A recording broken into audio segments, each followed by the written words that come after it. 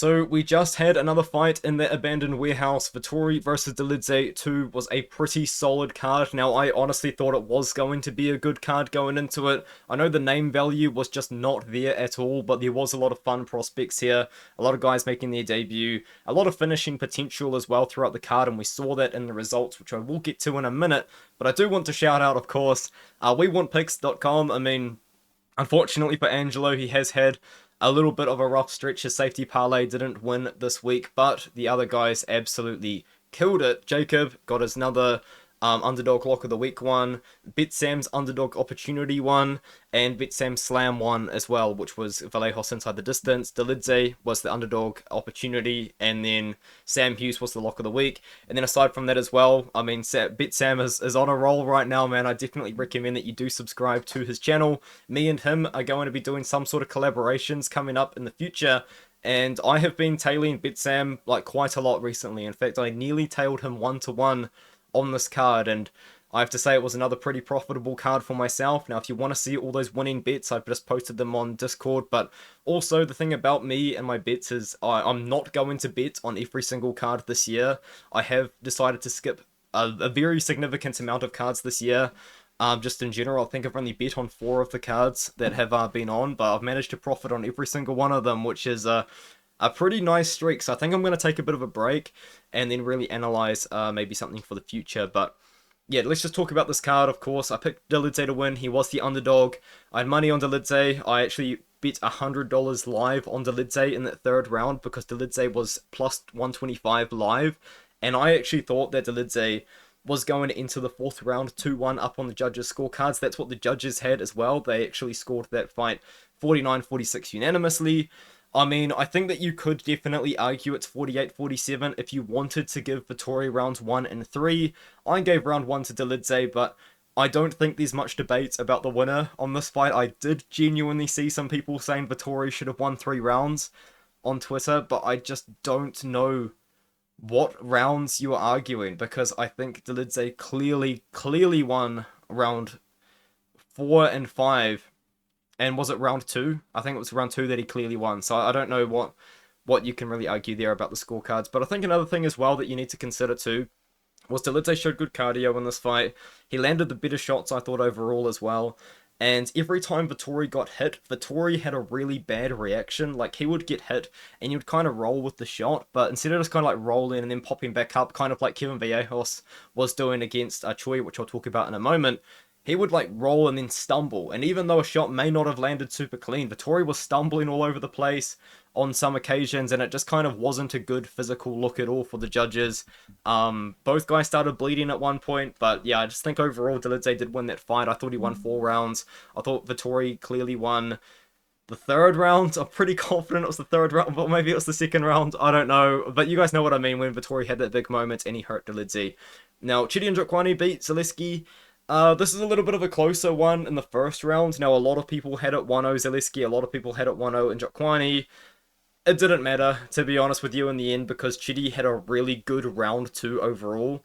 Zaleski just kind of couldn't close the distance at all in the second round, and Njokuani set up the finish with like some push kicks. I believe they were just the straight teep kicks that he was throwing all the time.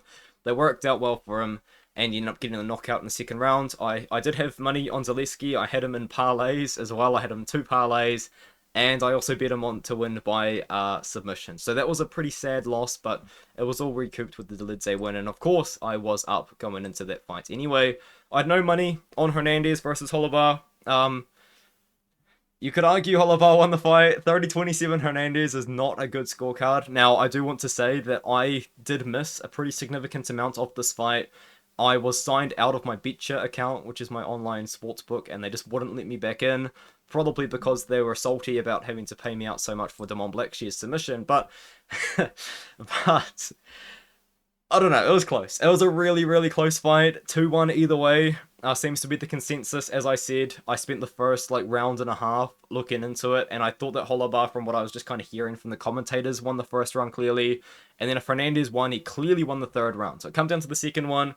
I'll need to watch it back to give a definitive answer. But as for Hernandez, man, I'll be honest with you guys, I picked him to win, and I was a little bit disappointed with what I saw. It just didn't look that good. Hernandez genuinely at one point was a very, very hot prospect, and his career has just really stagnated recently. That dropped to 145, probably a big cause of it, to be honest. But Hernandez, I feel like at this point, I mean, if it wasn't already obvious, is probably just a guy that's going to be hanging out in the middle of the division. They'll probably fight him, give him some prospects, and they'll give him some veterans, and he'll just kind of be in the middle of the division, like a Heioni Basalos kind of guy, I reckon, at 155.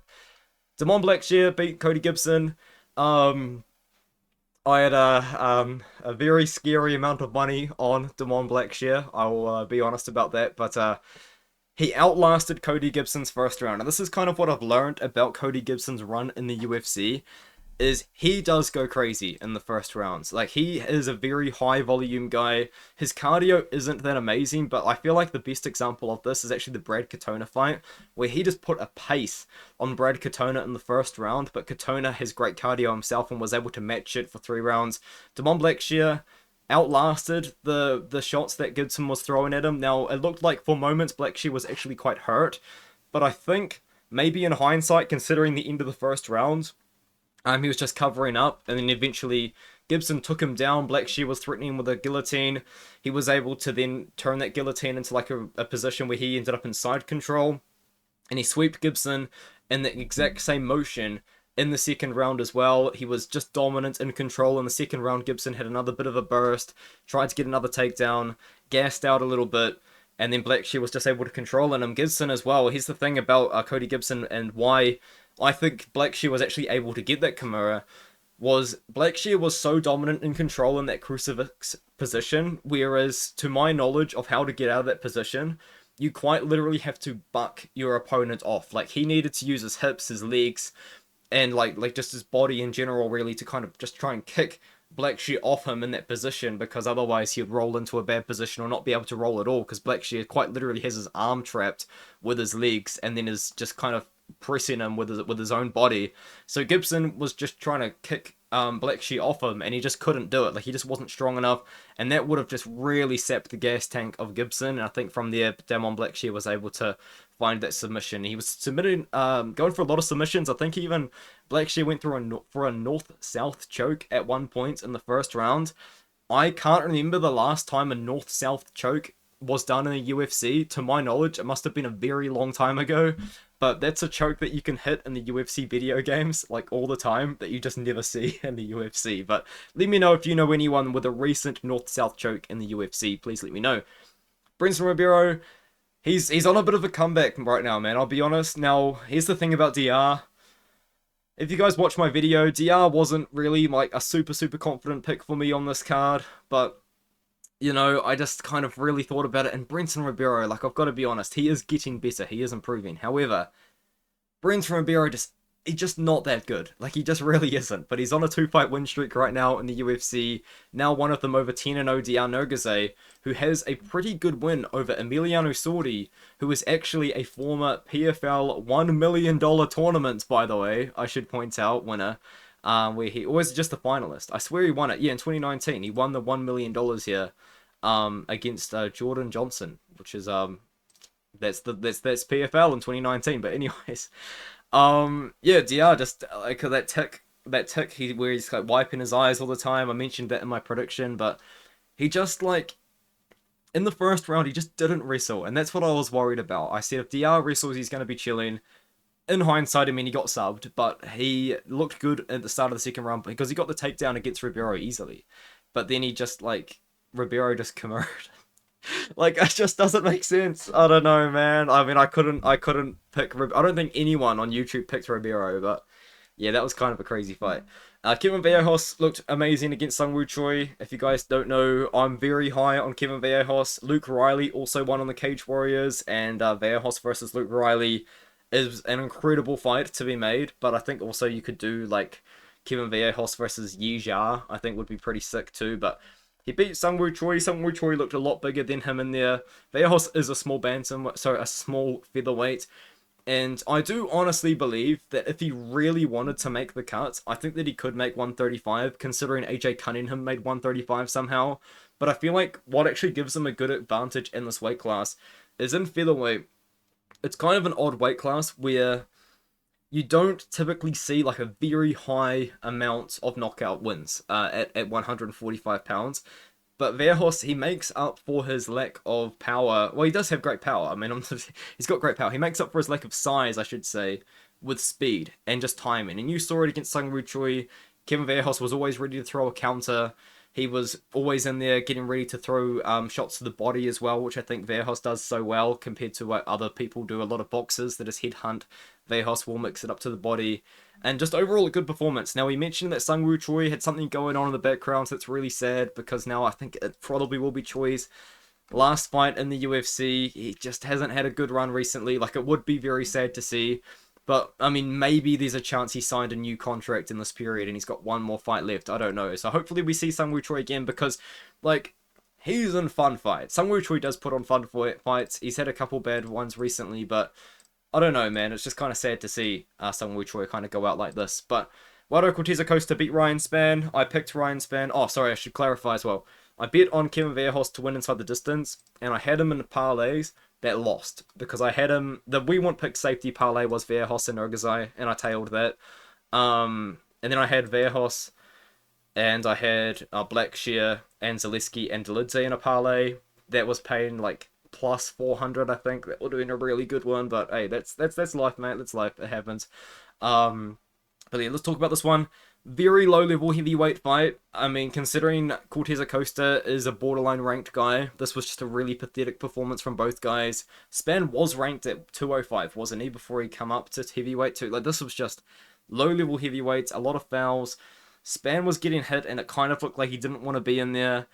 Spann looked really bad. I picked Ryan Spann, by the way, and I mean, I should have seen it coming. This is definitely one of those things I should have seen coming. He's lost to Anthony Smith, I think twice now, and I still picked him anyway. Like what am I doing? Honestly, bet Sam, of course, bet on Waldo Cortez Acosta by KO. That was a good one for him, but yeah, Spann just looked terrible in there, man. Like, I was honestly thinking to myself, I was like, Justin Tuffer would probably knock out Ryan Spann. This Ryan Spann that showed up. Like, I'm not even kidding. That was just a really bad performance for Spann.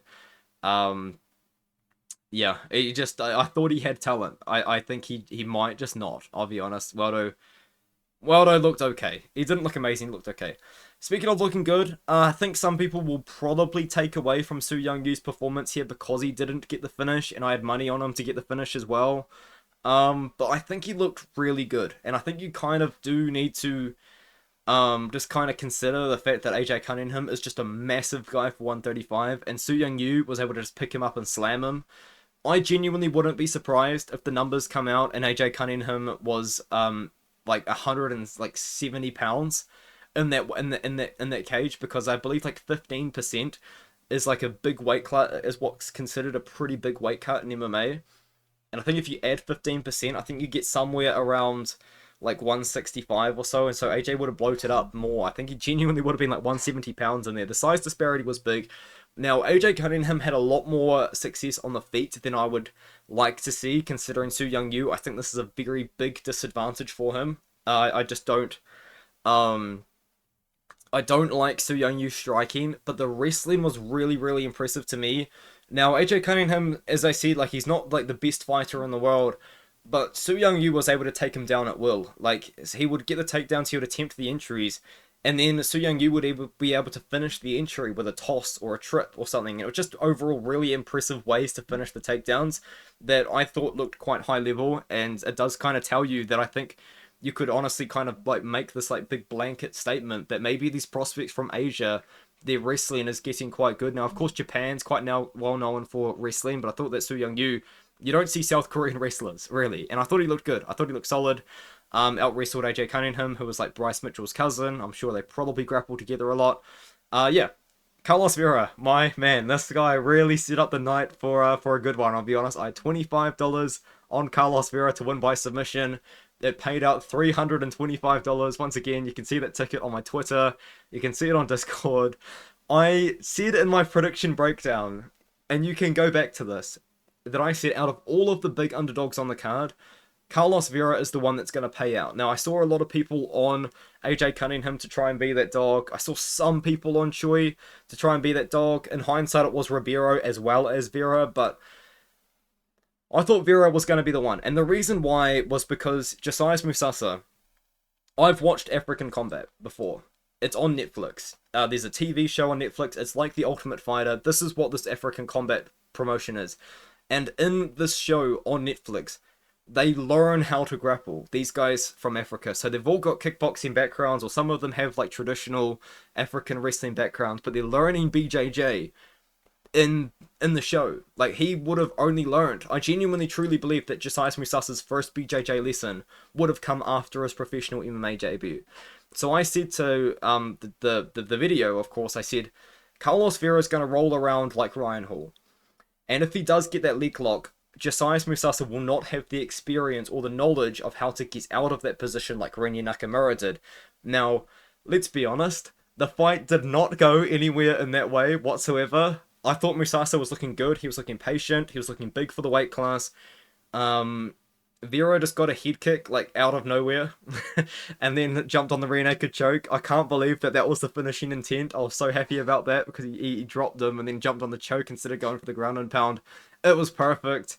I don't really know, like, what else to say. I think the sad reality is maybe Musasa is a little bit too green for, like, like, do you pick AJ Cunningham to beat Josias Musasa is what I'm saying here. Like, is Musasa just not quite ready right now for 135? 135 is a tough weight class, man. It just really is. But, yeah, as for Vera, I mean, it depends on who he fights, man. Like, I feel like even if he fought AJ Cunningham, I think you would be worth taking the flyer on the submission prop. I think that's kind of something you can do.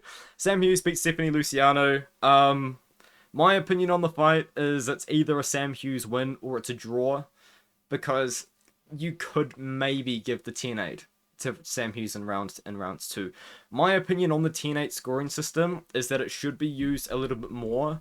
Like, they should be a little bit more generous with giving out the 10-8, and Hughes did dominate Luciano in that second round. Now, it wasn't a bell-to-bell domination, but, you know, they're trying to get more 10-8s in there, and they're just not doing it. But I thought Hughes won round 2 clearly.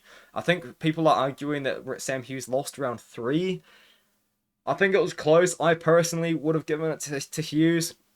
But, I mean, at the end of the day, it was a close fight. It's, you know, it's just kind of one of those things. I mean, it was Jacob's lock of the week. I'm very happy for Hughes. I didn't bet on Hughes. I didn't bet on this fight, because I really don't like betting on, low-level women's MMA, but that's the most hypocritical thing you've ever heard from me, because I bet on both of these fights. Andre Lima beat Daniel Barrios. It was a good performance overall. Daniel Barrios, here's the thing about Barrios. Barrios looked really terrible in this matchup, but I don't think it's because Barrios is a bad fighter. I actually rate Barrios quite highly. I think Barrios is good. He's a good wrestler with pretty solid boxing. But Andre Lima, man, I'm telling you, that kickboxing background that he's got, it has translated so well to MMA. And then he managed to get the choke as well. That's just so impressive. He actually got takedowns, and towards the end of the second and third round, ended up with the choke, just kind of like really worked for it and got that finish. It was good to see. I like the performance from Lima. I think at 11-0, 26 years old, this is a prospect at 125 pounds that I think that you can really get behind on, because I feel like the UFC, I don't think they're going to give Lima like the toughest matchup in the world in the next fight, you know what I mean? Like, they might do him dirty and do Lima versus Ulanbekov, but I mean, after this performance, that's a close fight. I think you could argue Lima wins it. So it'll be interesting to see what Andre Lima has in store next. But I think he's a prospect that you need to keep your eye out for. This fight here burned me. This is just not a good one. Now, in hindsight, I should have seen it coming. However, I did not believe that Priscilla Cachoeira was going to have that significant of a size advantage coming up from 125 pounds when Nunes was coming down from 145 pounds.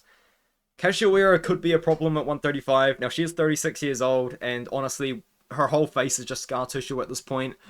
But, I mean, she looked good against Nunes. Now, this is where, like, I really kind of put 2 and 2 together and realized that I completely ignored my own method of predicting fights with this one here, because I saw Josiane Nunes arguably lose a kickboxing matchup against Zara Fan and still picked Priscilla Cachoeira to get knocked out by Nunes anyway.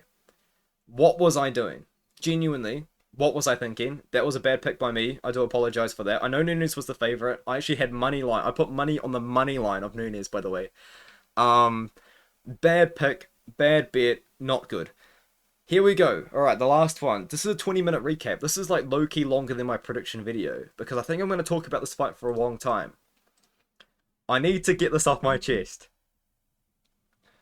I hate these 4 words. Like, I genuinely do. It's strong, strong, strong hatred for these 4 words. However, I told you so. I am sorry. I really dislike it when people say that to me, but man, everyone was on Dubin here. I don't understand why, like, 69% of people on tap. I mean, horny are picking Dubin here. Everyone was on Dubin. Everyone's betting on Dubin. This girl was like plus 600 at one point. So much money coming on Dubin. She closed plus 290. Like, and I was seeing people like talking about Judas, you know, saying that she can't hurt anyone. Judas's 3 wins in MMA were against absolute cans, I'll be honest. But she knocked them all out. And this head kick win is actually sick. You can watch it on YouTube. But, I mean, like you just... All you needed to do was watch Dubin's one fight that's available on YouTube and or a Contender Series fight and kind of just realize that she's too small for 125 pounds and she just does not have any technique whatsoever. Like, I just can't believe that so many people fell for the trap line they gave you, man. Like, I feel like I fell for it too. I fell for it too in other fights. I mean, what did I bet on? Josie Nunez. I'm not one to say anything, but I'm just shocked. I was just like surprised that I was in the minority on that matchup. I don't know, man. Like, I guess you could argue people were picking Dubin for the line, but this is the thing. Like, when I pick a card and I pick only favorites, everyone comments, "Oh, dude, you're only picking the favorites." When I make fight predictions, I pick who I think is going to win. Judas as a pick was always going to win. You can pick Judas and say that Dubin's a good bet, because this is what I did. I picked Josias Musasa, but I said Carlos Vera has got a very good chance of pulling off the upset. Out of all of the underdogs, he's the one to put your money on. And that's what happened. I mean, I don't know. That's just kind of a little bit of a rant from me, but I feel like all week, man, all week, I was on Judas, a minus 400 favorite, by the way, getting absolutely clowned on. But yeah, I feel like the odds makers had it right on that fight. That she absolutely smoked her. It wasn't even close. Now, let's have a quick talk about UFC London, UFC England. Edwards versus Brady. I'll do a prediction video tonight for this one, because I don't think I've got any other plans for the day.